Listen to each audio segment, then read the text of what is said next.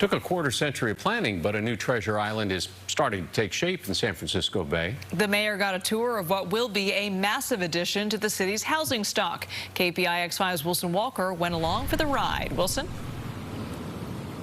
Yeah, housing really just a piece of the incredible changes that are underway out here. If you have stopped by the island, you have no doubt seen them, and the mayor came by for a tour today as well. We can't stop here. This has been a project that's been over 20 years in the making, and it should not take this long to get housing built in San Francisco. This will be finished. Today, Mayor London breathed towards something that could be described as a housing development. It could also be described as the wholesale transformation of two San Francisco islands.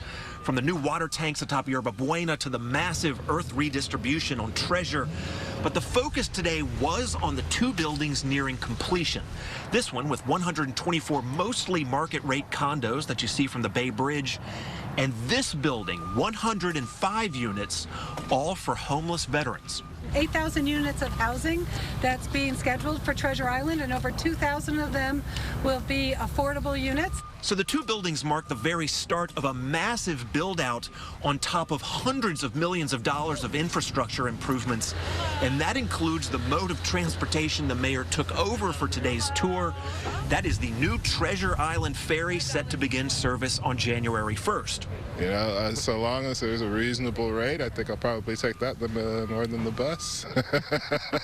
Greg Dockin says he and other island residents know time in their old housing is short, and they'd like to think there will be a place for them on the new TI. I'm not entirely certain how moving forward the Treasure Island management is going to go about these things, whether those of us who've lived here for a long period of time are going to get priority in those new units, or if we have to apply like everybody else. Those questions may take some time to get answered.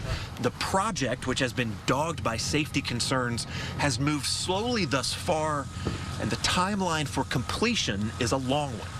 Well, it's probably another 15 years for full build out through 2035, 2036. You know, the transformation you're going to see in the next 2.5, 3 years is going to be remarkable. Yeah.